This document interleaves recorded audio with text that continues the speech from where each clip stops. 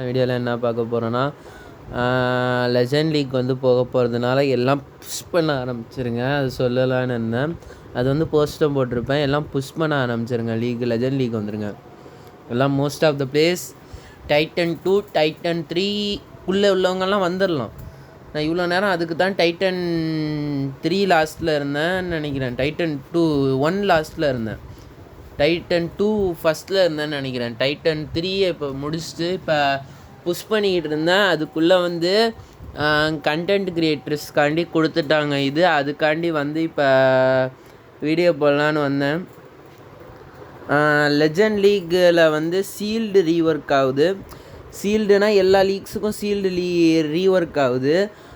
Sealed ரீஒர்க்குனால் சீல்டுன்னு உங்களுக்கு முன்னாடி ஒரு சீல்டு இருக்கும். அந்த சீல்டு வந்து அட்டாக் பண்ணாமல் இருக்கிறதுக்கு அந்த சீல்டு இருக்கும். லெஜண்ட் லீகில் வந்து அது ஒர்த்தே இல்லாமல் இருக்கும்.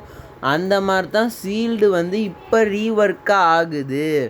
இந்த சீல்டு ரீஒர்க்கை பொறுத்த வரையும்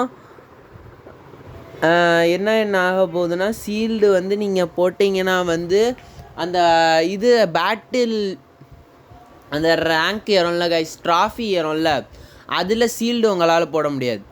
ட்ராஃபி ஏறுறதுல உங்களால் சீல்டு போட முடியாது. நார்மல் ஃபைண்ட் த மேட்ச் அப்படின்னு கொடுத்து நீங்கள் அன்லிமிட்டடாக லூட் அடிக்கணுங்கிறதுக்காண்டி ஒரு அட்டாக் ஸ்லாட் ஓப்பன் பண்ணியிருக்காங்கல்ல, அதில் உங்களால் சீல்டு போட முடியும். அந்த சீல்டு போட்டிங்கன்னா வந்து உங்களோட பேஸ் அப்படியே டிட்டோவாயிரும். ஆனால் அந்த சீல்டு போட்டிங்கன்னா டிட்டோவாய் என்ன ஆகும்னா, அந்த பேஸ் வந்து டிட்டோவாய் மற்றவங்களுக்கு ஃபைண்டு காட்டும். ஆனால் உங்கள் பேஸை அவன் அட்டாக் பண்ணுவான். ஆனால் லூட்டு வந்து உங்கள்கிட்டேருந்து மைனஸ் ஆகாது. லூட்டு மைனஸ் ஆகாமல் இருக்கிறதுக்காண்டி இந்த சீல்டு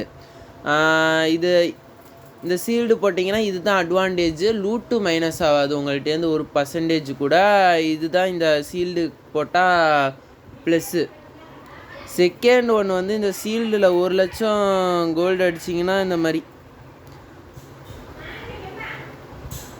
அது மட்டும் இல்லாமல் கைஸ், இப்போ நீங்கள் வந்து 1 லட்சம் கோல்டு அடிக்கிறீங்க, சீல்டு போட்டிருக்கீங்க, நீங்கள் உன் ஆப்போனண்ட் வந்து 1 லட்சம் கோல்டு அடிச்சிட்டான்.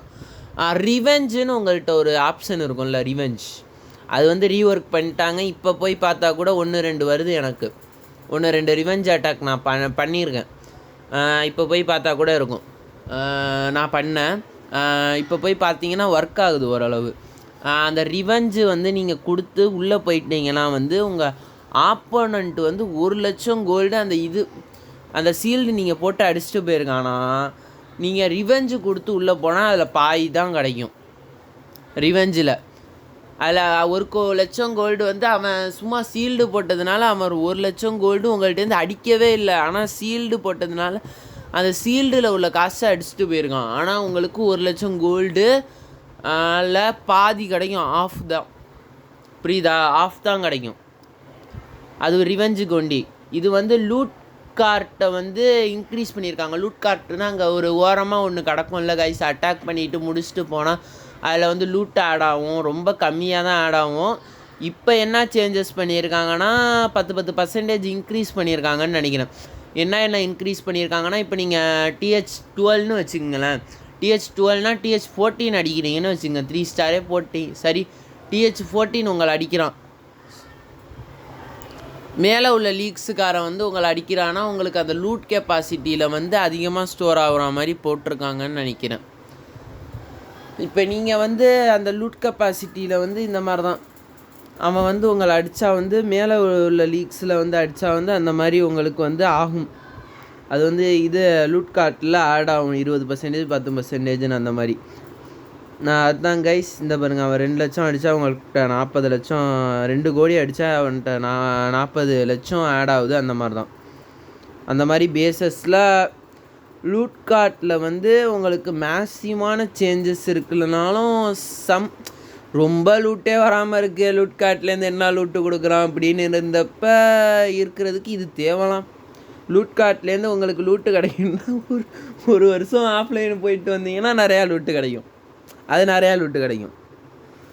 அது மட்டும் இல்லாமல் spring drop is rework guys. ஸ்ப்ரிங் ட்ராப்பை பொறுத்தவரையும் இப்போதைக்கு லெவல் 5 வரையும் இருந்துச்சா, 5 வரையும் இருந்துச்சு. அதோட ஹவுசிங் ஸ்பேஸ் ஸ்ப்ளிட் அப் ஸ்பேஸ் 18, டைல்ஸு 0.8 டைல்ஸு. பார்த்துங்க. இந்த இது ஸ்ப்ரிங் ட்ராப்பில் வந்து ஹீரோஸ் கடந்து போனாங்கன்னா வந்து இப்போ ஒரு ஹீரோ கிங்கு இதுலேருந்து நடந்து போகிறான்னா கொஞ்சம் தூரம் அந்த கொஞ்சம் தூரத்துக்கு ஹேரில் இருந்துருவோம் ஒரு 2-3 செகண்ட்ஸுக்கு. அடுத்து கீழே வருவோம். இது என்னடா புதுசாக லெவல் ஆட் பண்ண போகிறானுவலாடா, புதுசாக கலர் இருக்குது, சில்வர்லலாம் இருந்துச்சு, இப்போ என்ன கோல்டாக மாதிரி இருக்குது. எக்ஸாக்ட்லி லெவல் ஆட் பண்ண போகிறாங்க. ஆனால் லெவல்ஸில் வந்து உங்களுக்கு ஒரு டிஃப்ரென்ஸ் இருக்க போகுது. லெவல்ஸ் டிஃப்ரென்ஸு இங்கே இருக்குது பாருங்கள். நீங்கள் நார்மலாக வந்து லெவல்ஸ் டிஃப்ரென்ஸை பொறுத்த வரையும் 18 அந்த தூக்கி போடுறது 18 தான் இருக்கும். அந்த டேமேஜ் இருக்குல்ல அது கொடுக்கும். இப்போ நீங்கள் 32 ஹவுசிங் ஸ்பேஸ் உள்ள ஒரு ட்ரூப் வந்து, அதாவது இது வந்து கடந்து போகுதுன்னா 1300 டேமேஜ் ஃபஸ்ட்டு. இந்த இது நீங்கள் 12 லெவல் போட்டால் 1300 டேமேஜ் கொடுக்கும் அந்த ட்ரூப்புக்கு. இதுவே கிங்காக இருந்தானா அப்படியே பாதி, ஹீரோஸாக இருந்தால் பாதி, சீஜ் மிஷினாக இருந்தால் பாதி. 1300னா 1000 இருக்குன்னு வச்சுங்களேன், 500 டேமேஜ் கிடைக்கும். கிங்கு குயினு சீஜ் மிஷின்ஸு கொண்டு இது. ஏன்னா ட்ரூப்ஸை வந்து அடிக்கணும்னு கொடுத்துருக்கான் சீஜ் மிஷின். ஆனால் இது வந்து மேசிவாக உங்களுக்கு லாஸ் பண்ண போகிறது வந்து என்னவாக இருக்கும்னா, ஆல்ரெடி டைம் லாஸஸ் ஆகும். இதில் டைம் லாஸஸ் ஆகும். இதில் ஆர்சி வாக் இன்வெஸ்ட்டில் போகிறவங்க, போகிறவங்கெல்லாம் வந்து இந்த மாதிரிலாம் ஆர்சியை தூக்கி போட்டு ஒரு 4-5 ஸ்ப்ரிங் ட்ராப் சூறையாடிச்சுன்னா போதும், அரிசிக்கு பாதி ஹெச்பி போயிடும். அது மட்டும் இல்லாமல் TH17லாம் இந்தா அப்படின்னு ஊதுனா போதும், ஆர்சி ஃபுல்லாக படுத்துரும் ஒரு ஊதுக்கு. அந்த மாதிரி ஆயிரும். பார்த்துங்க, ஆர்சி சார்ஜ் போகிறவங்கலாம் இனிமேல் கொஞ்சம் சிரமம் தான். கடைசி லெவல் 12 இருக்க போகுது கைஸ். இந்த மாதிரி தான் ட்ரூப்ஸை பறக்க வைக்கிறப்ப டேமேஜ் வரும். இதனால என்னடா ஹேர் வாக் போகிறவங்களுக்கு வேண்டி அட்வான்டேஜா, கிரவுண்ட் வாக் போகிறவங்களுக்கு அட்வான்டேஜ் இல்லையா, என்னயா இப்படி சொல்கிறீங்க அப்படின்லாம் கேட்டுறக்கூடாது. அது சி கிளாஷ் ஆஃப் கிளான்ஸ் வந்து அதுக்கும் ஏர் டிஃபென்ஸையும் பஃப் பண்ண போகிறது தான் சொல்கிறாங்க. அது மட்டும் இல்லாமல் உங்களுக்கு ஒரு நல்ல செய்தி, என்னை பொறுத்தவரையும் ரொம்ப நல்ல செய்தி சொல்ல போகிறேன். ஹீரோஸ் நிறையா லெவல் போட வேண்டியது இருக்குது. 100 லெவல் வந்துருச்சு. 100 லெவல் வந்துருச்சுங்கிறதுனால உங்களுக்கு வந்து டைம் ரிடக்ஷனும் பண்ண போகிறாங்க, காஸ்ட் ரிடக்ஷனும் பண்ண போகிறாங்க. ஒவ்வொரு லெவல்ஸ்லேயும் கண்டிப்பாக இருக்கும். ஒரு 10%, 20% கண்டிப்பாக இருக்கும். டைம் ரிடக்ஷன் ஆக போகுது, காஸ்ட் ரிடக்ஷன் ஆக போகுது. பலமாக ஹீரோஸ் எல்லாம் இனிமேல் வந்து அப்டேட் போடலாம். அது வந்து இப்போ ஆக போகுது. இதுதான் ஃபஸ்ட்டு இதில் சொன்ன இன்ஃபர்மேஷன்ஸ். இதுதான் கைஸ் ஃபஸ்ட்டு சீசனில் ஃபஸ்ட்டு ஸ்னீக் ப்ரீக்கில் சொன்ன இன்ஃபர்மேஷன். செகண்ட் ஸ்னீக் ப்ரீக்குக்கு வெயிட் பண்ணுங்கள். கண்டிப்பாக வந்து நான் உடனே வீடியோ போடுறேன்.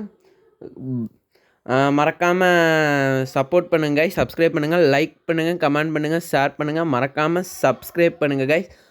Bye guys.